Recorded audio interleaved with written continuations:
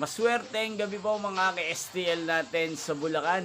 Narito na po ang mga numerong nanalo sa STL Bulacan ngayong gabi nito, July 31, 2026, 8 p.m. Third draw result, yan, nakikita nyo na po ngayon sa screen ng yung cellphone ang mga numerong nanalo sa STL Bulacan. In exact order po yan, at kung maswerte namang natayain nyo po ang mga numero nyan kanina, congrats po sa inyo.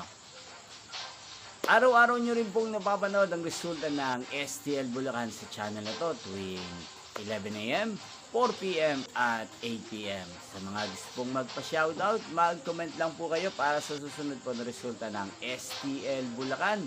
I-shoutout ko po kayo 11 a.m. po bukas. Yan, inyo pong napanood ang resulta ng STL Bulacan sa channel na to, Roderick Hernandez TV.